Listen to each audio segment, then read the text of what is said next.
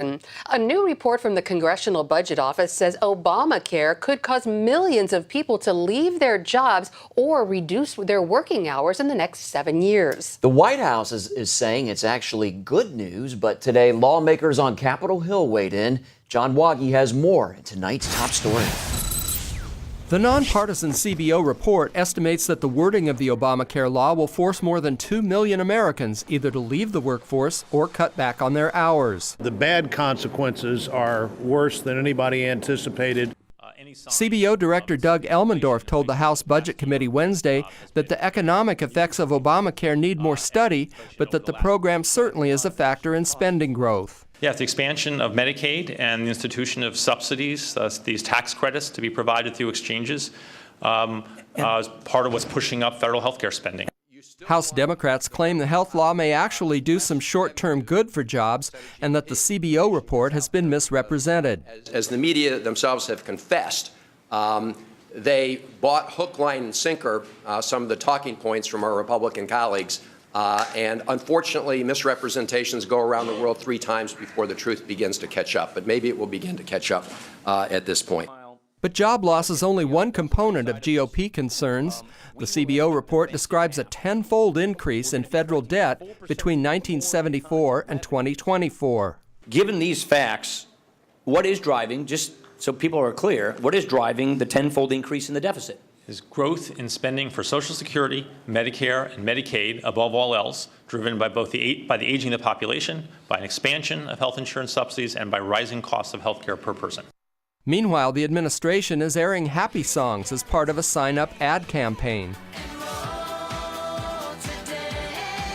The White House argued Tuesday that Obamacare will enable some people to spend more time with loved ones or to find more diverse job opportunities. They're making a choice about their overall quality of life and perhaps pursuing something, either a new entrepreneurial opportunity or a new job, and they're choosing to spend more time with their family. Both parties will continue to debate the latest report, but the fate of Obamacare will ultimately be decided by Americans whose health plans and their place in the workforce are quickly changing. John Waggy, CBN News. For more on this, we turn now to James Shirk. He is a senior policy analyst in labor economics at the Heritage Foundation. James, why will people stop working or cut back hours because of the president's health care plan? Because for many low and moderate income Americans, it's a very rational response to the incentives Obamacare has created for them. The way the exchange subsidies work is that as you make more money, you qualify for less premium subsidies, a lot less. So if you have a family of 4 that's going from 1.5 times the poverty level to twice the poverty level, their health insurance premiums are going to double. Add that into the other taxes they're going to have to pay. And for many low-income workers, they're facing effective marginal tax rates of over 75%. For every dollar they earn after they pay their higher taxes and the premium subsidies, they get to keep less than 25 cents.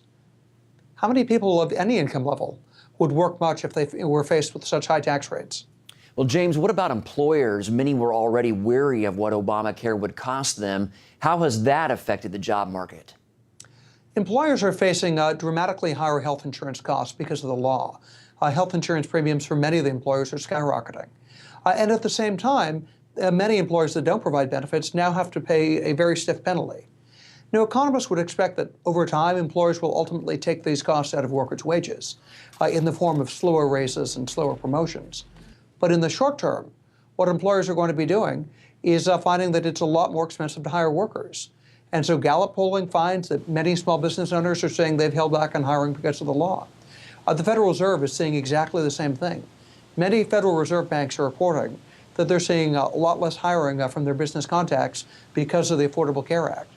James, the Obama administration is saying the CBO report is actually good news for the economy. Are they wrong?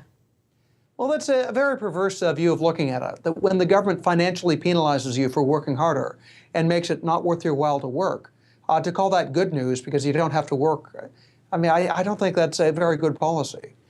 In the short term, many lower and moderate income Americans are going to respond quite rationally to these incentives and either work a part-time job or not work at all. But in the long term, they're going to remain trapped in poverty. This is a law that, no matter what the good intentions of its authors, is going to leave many people trapped, and it's going to worsen the poverty trap we've created. Is there a way to fix the issues with the Affordable Care Act, or is this something America simply has to deal with? Not without completely overhauling the structure of the law. This is a law that was designed to provide very generous subsidies that phase out as your income rises. The net result of that is many people are going to respond very rationally to their incentives. At a 75% tax rate, how much would you work? How much would any American work? They are responding quite rationally to what the government has given them. Wow. All right. James Shirk with the Heritage Foundation. Thanks for breaking it down for us. You're welcome.